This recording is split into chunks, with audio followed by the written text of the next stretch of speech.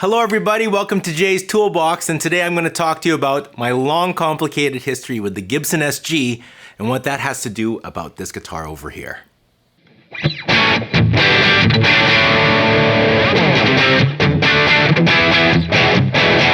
Hello everybody and welcome to Jay's Toolbox. This is where I talk about the gear that I use on an everyday basis and the story behind them. This is going to be more of a talking episode, but I don't know. I wanted to talk to you about PRS guitars, and it starts off with the Gibson SG. I was a little kid, really getting into guitars as playing guitar as much as I could.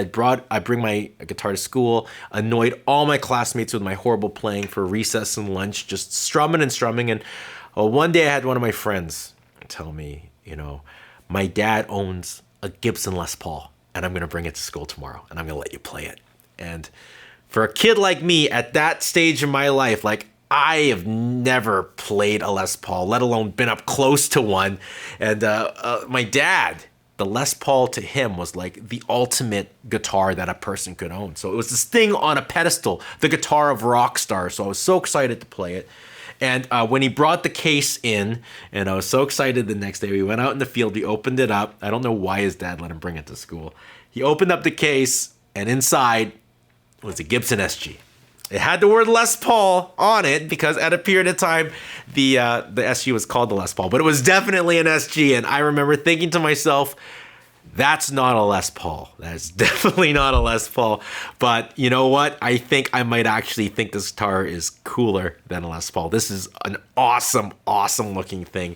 And that mentality has always been with me. I think this is the prettiest solid body guitar Gibson has ever made. There's something like working class and tough about it. It looks like it looks fast, like an F1 racing car, and it just has a simplicity to it and a hard hat, get to work kind of mentality.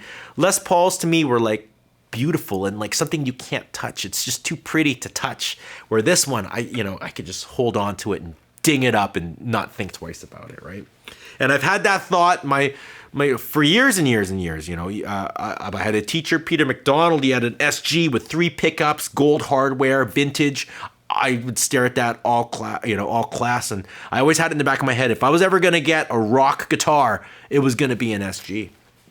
So I started playing a rock band called Red Eye Empire, and the guitar player had this guitar, a 90s 61 reissue SG, and I would stare at this guitar thinking like, ooh, that is a pretty guitar. And he knew that I liked the guitar. And so, he ended up getting a custom shop, and he said, you know what? How about, I'm not using this guitar very much anymore. How about you just hold on to it for a little bit? And obviously, I jumped on that opportunity so fast. Went home, played a couple chords.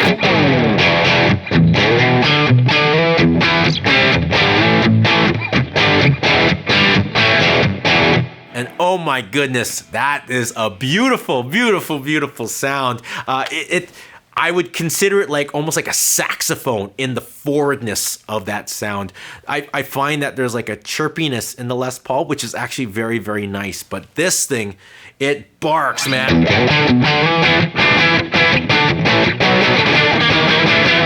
It also has a very unique neck pickup. See, the neck is a little bit closer to the bridge, which again changes its tonality just a bit.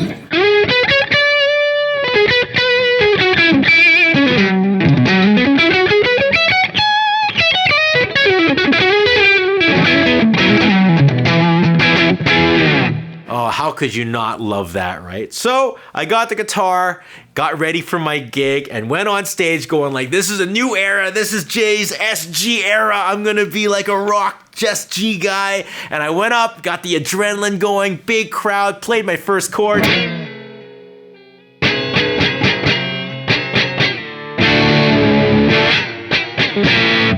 Then I began to realize, there's something going on over here. Maybe this might not be quite right for me. SG has a long neck. It's like an arrow. Thin and whippy. And that is a really great feature about it. Gives you great upper register access. Has a really nice lightweight feel. But it is whippy and it does move on you when you play. Especially when you start digging into it. And me, I ain't a guitar player with a lot of musicality. I'm very aggressive, and I hit those strings with full abandon, and it almost sounded like I had a vibrato pedal on in like random setting when I was playing. Not only that, I was getting some tuning problems too with this display of these with my technique. I was getting some weird things. I had to refile this. Playing the gig, oh my gosh, having a little trouble with the neck, the tone knobs over here. And just as the gig went on, just getting used to that neck feeling so far away from me, and that feeling that the guitar just wants to go this way as I played. It was one of those things, just coming to the sad realization that, oh man, like no matter how much I want to be the guy that plays this guitar, and I desperately do, I think guitar players that rock this are like the coolest people in the world. It just probably is not for me. I don't have the technique for it. 90% of the people in the world are going to be fine with this because they actually play guitar like human beings. But for me, I'm too much for this guitar. I can't drive an F1 racer. And it was almost like, like having a huge crush on a girl in school. And, not only is she pretty, but she's like smart too. And she has like a cool personality, and she's like just rad. And you go on a date and you just realize, oh man, as much as you just want, it's just not the right fit. And that is kind of where it stood. And it was like that. I put the SG away, I loving the sound, using that sound in the studio, but not really using it live. And then something came into my life, and that thing is this guitar right over here. And you can imagine what thought came in my head when I saw this particular guitar for the first time. You can see all of a sudden, I got myself. Now, I will say, this does look more like a SG Standard than a 61, but that aesthetic, that rock attitude, that feeling is all in this guitar, and I was immediately drawn to it. Like, oh my gosh, is there a guitar that looks like an SG and it plays like a PRS? It was just a slam dunk.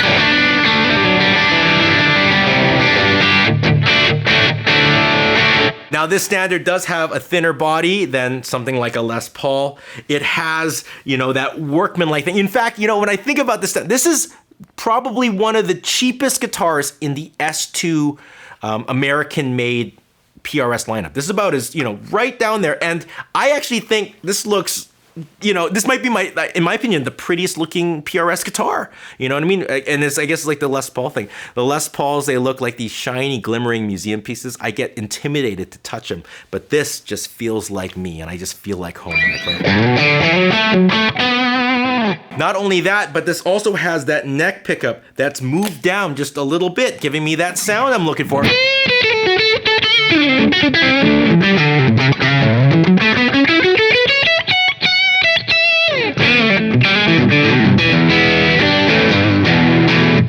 It has a nice feel on the neck. The balance is exceptional. The workmanship is exceptional. It has a tremolo bar. It's not an SG by any stretch, but it has all the things that I'm drawn to in an SG, and then puts it into an incredible, incredible package. And obviously, getting this thing into the room, you've probably been watching the videos. I've been using this guitar a lot.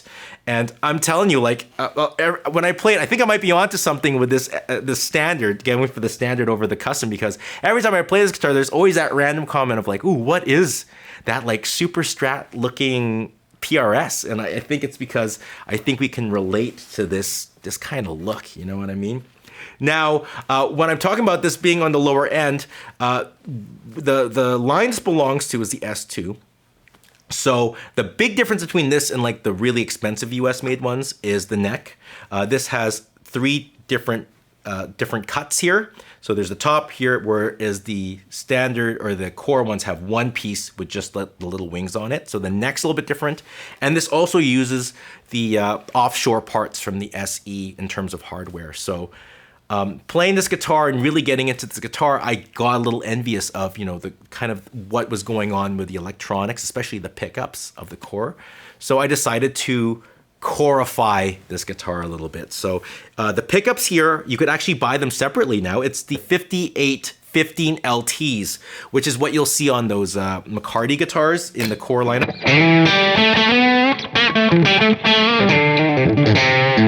I think they sound lovely.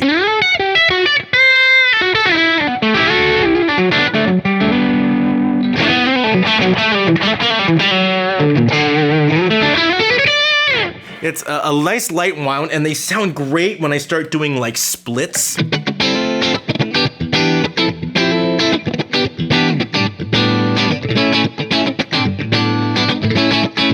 That's both of these in a split coil position. It sounds really great. Still grunty and, still really clear, but not thin and anemic. It's just beautiful, beautiful stuff.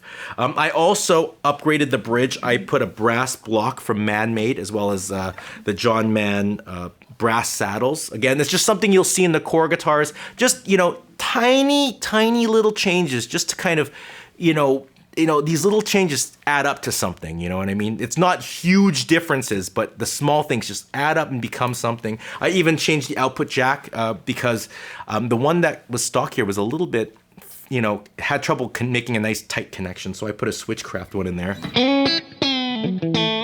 And then obviously I did one really drastic thing, and that is I very drastically altered the wiring of this guitar. So actually this is wired very, very different. Whereas the standard S1s or S2s have a 3-way switch and standard humbucker switching, and it has a push-pull for, splitting the coil. So you can have, split 3-way and then a full humbucker 3-way. I actually did something a little bit different where I have this wired similar to a custom 24. So I get all the pickup positions. It's a 5-way switch and a custom 24. So I have a full neck.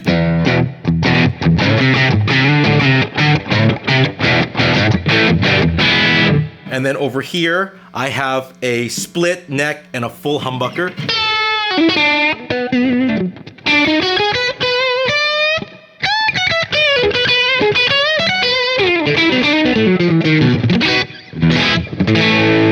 I have a middle position, both humbucker.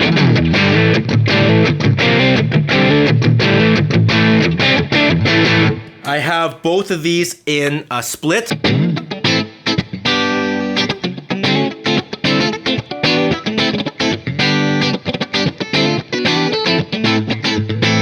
Finally, bridge pickup.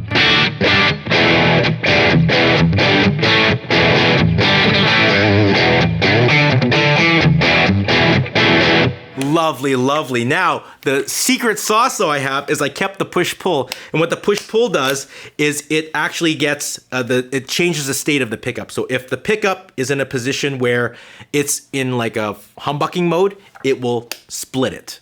So if I'm in the neck here and it's a humbucker, if I pull this, it turns into a split humbucker.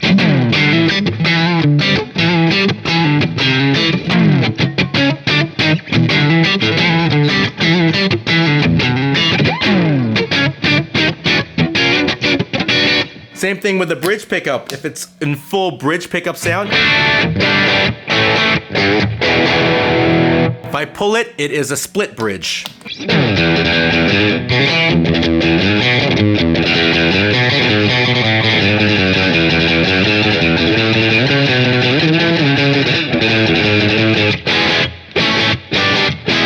And those kind of splits you can't get with the standard custom 24 wiring, so it's actually a really, really handy mod. I'm gonna make a video on that wiring so you can download the wiring schematic, do it for yourself. I find it very, very useful, and I'll dig more into that modification. But yeah, that is pretty much what I end up doing to the guitar. And yeah, as soon as I got this going, I just couldn't stop playing it. I've been using it all over the place very recently, and man, it's definitely a guitar that's gonna be sticking around. I kind of got my need for an SG and found a different outlet for it, and it was fantastic stuff. Now, again, I don't want to disparage all you SG lovers out there because it's one of the most legendary guitars ever, and I get why you like it.